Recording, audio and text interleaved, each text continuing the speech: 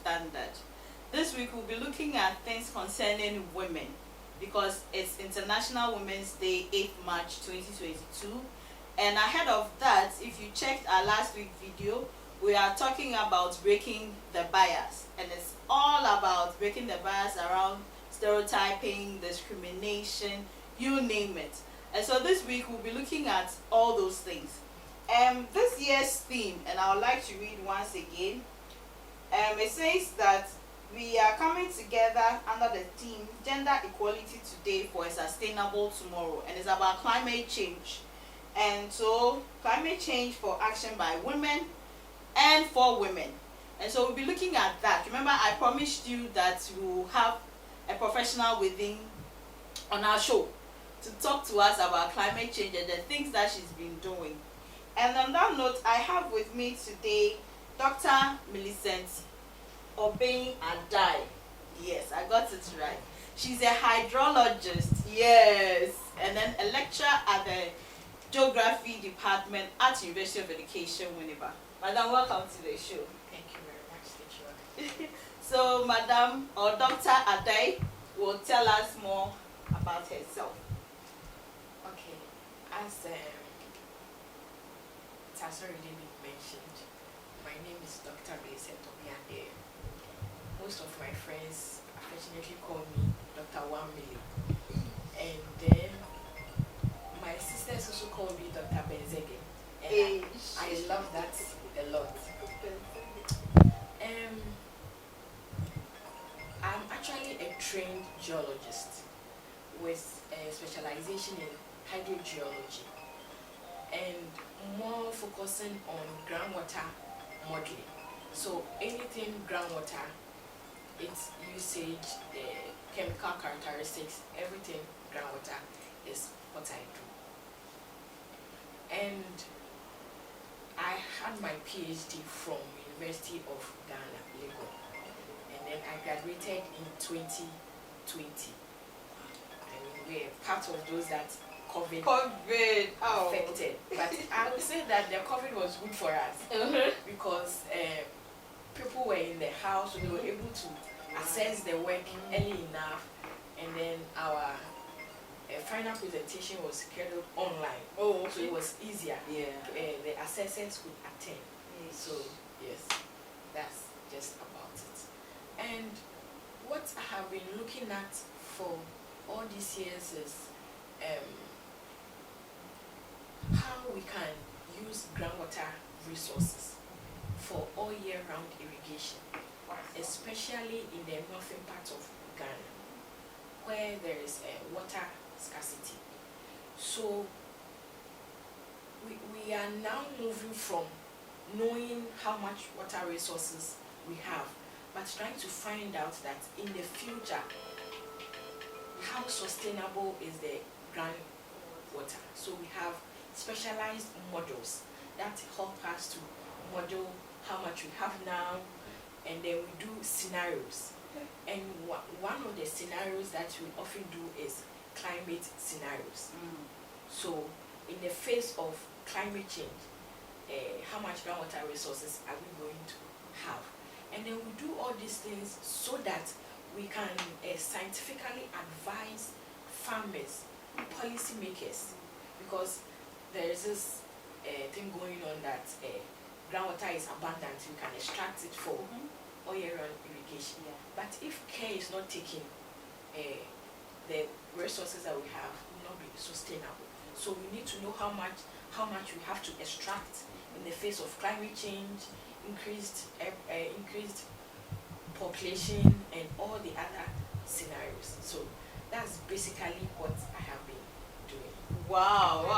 I'm really interested. I believe you are too, because every year, especially during the rainy season, you hear, too much rain, too much water in our reservoir. Then you hear Ghana Water Company saying they are going to open the dam because the water is too much for it to go. And then dry season will come, and then Ghana Water Company is saying we are rationing water. And so sometimes I'm like, how can we really harvest those water that they let go, that people houses will be eroded, And even this morning, I think I heard on the radio that they were saying that in some years to come, we'll have water shortage in Ghana. Like, it's not even what we are seeing now. And to hear that you are working around sustainability, to even know the quantum of water we have to support farmers, because that is to us, families, we eat. If there is no food, we will be in trouble. And we all hear of climate change and how either it's raining too much, the rains are delayed, and the farmers are complaining.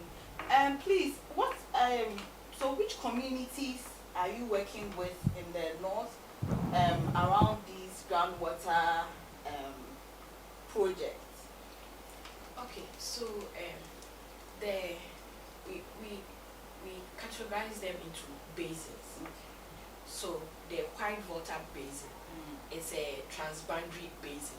So we have the White Water Basin in Ghana, Burkina Faso. But we have 9 basins in the White Water. But the basin that I worked on is the Nasia Basin. And some of the popular towns are Wale Wale, Bushegu. Hey, that's far. I've been there. Karaga, I mean Mampusi area. Yeah. Karaga, Kokobela. You know, some of the names are really interesting. Yeah. Yes. And then with such project and work, you really have to be in the field. Yes. And I tell you, I had to use motorbike for 2 weeks to go through the communities to try and get groundwater samples to do what we call hydro sensors, try to know where boreholes are and measure the depth water. We call it a static water level, so know the depth to the water and all those. Wow, that's why. As for the north, if you go, you have to sit on motorbike. I'm remembering my experience, viewers. That will be shared later. As for that experience, hey, Fosi experience. If you know, you know. Those who know, they can testify. So Doc, what about those down south who would want to maybe get a borehole at home, but maybe they live along the shore? There are areas where the salt is. The water is salty. Is there any advice for them? Okay, what it is that many people don't seek technical advice. Technical advice. Yes. And the problem we are having at hand is many businessmen have entered into our field. Yeah. And because they have the money, they just buy a rig. Call them, then you come. Where do you want the borehole? They just start digging. They start drilling for you without any scientific geophysical survey. It is very crucial that you do that. When you do the survey, you'll be able to even know where exactly to drill the borehole. Because even though they say groundwater is abundant down there, we have. Okay, in our terrain, we have what we call structural controlled. So the structures, there may be water in this structure, but the next point, there may not be water there. So when you seek advice, and then we come, and for hydrogeologists, that has always been our problem, and we are trying to campaign against that. And then we are trying to even say that if you're a businessman and you want to do business, fine. But make sure you have a hydrogeologist on your team who can advise you scientifically and technically. And the issue is that these things that we do, people will say, oh, it's my house. But everything is interconnected. That is why we were so very much interested in the contamination of the river bodies by the Galamsey people. Because the contamination may be happening in the mining area, but those of us here may be having its effect. So it is all of us our responsibility to make sure that things are being done right and then we have sustainable water resources. Yes, for us and then for the future. Wow, that is lovely. And so in doing the project, because you mentioned business and family members, we also part to blame. We don't seek the professional advice of hydrogeologists when we are drilling boreholes in our house and even for business purposes. I believe you encountered some challenges during your project. Is there any that you would like to share with us? Soon we might get a sponsor. Or yeah, so any challenges, and then maybe after that you can wrap it up with any advice for women that want to enter, because it's International Women's Day, enter into the field, because we need more hydrologists and we need more female hydrologists in Ghana. Okay, so the challenge that I had with the work, work of this nature involves a lot of money, because you have to go to the field, and then over here we are not really interested in rigorous scientific work to advise us. We just wait when there is a maybe sea level rise somewhere, what happened in the Kita area, yeah. Then we just rush to give them mattresses and food. But I'm sure if there were enough money for scientific research, we would have known that we need to evacuate these people at this time. We need to find alternatives for them. So what I would say is that we all need to be involved, the government, the private sector, for us to dedicate money for scientific hydrological research. That is what is going to help us. Yes. And then you see the nature of the field work. So many women, even some of the men, shy away. So that is also one challenge, the nature of the work. Imagine sitting on a motorbike and you travel from one community to other in the night. Yes, it is quite challenging. And then I think that we should also, now that I am in the University of Education, I think that our curriculum should be broken down so that these things are taught at a very early age. The importance of hydrology, of geoscience, of trying to protect our natural resources should be taught very early to us, so that we are all involved. We will not wait till we have a PhD opportunity before we venture into that area. So that some of these problems of people trying to, because of their only selfish interest, trying to contaminate the water resources that we have, that can affect all of us in this country. So these are some of the challenges, and I think that women in particular should be encouraged, because as is it called Agri said, if you educate a man, you educate an individual. But if you educate a woman, you educate a whole nation. Yes, and then because when I got educated, I made sure all my sisters, all my friends, anybody that I can be of help to, I encourage that person, and if there was any help I could give, I did that. So we should focus more on the girl child education. They say we should break their bias, but I did something in class yesterday. Okay. I told them we are this month we have a International Women's Day, 8th March. So I want my course reps to be women. Yeah. And the guys were saying, no, madam. They say our fault. I said, no. I'm going to veto this one.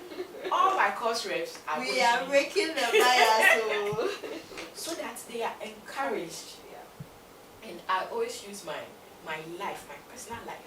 And then when you use your personal life, people are able to relate and they are more encouraged. So Anywhere I get the opportunity, I tell them, try. It's not easy, but make sure that you are yourself. You know what you want, and then you work towards your goal. Oh, thank you so much, Dr. 1 million, right? Yes. Hey, you're welcome. So, viewers, I hope you have been encouraged today. For our policymakers out there, Dr.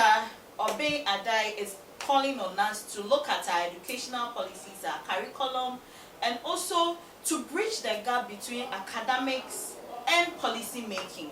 There are a lot of research that is going on, and I think there have been enough calls about Ghana to be more proactive in our social intervention policies and issues. And so if you are out there, I think her project it's awesome. In fact, I don't want to say it's current. It's awesome. And so if you want to contact her, she's at the University of Education.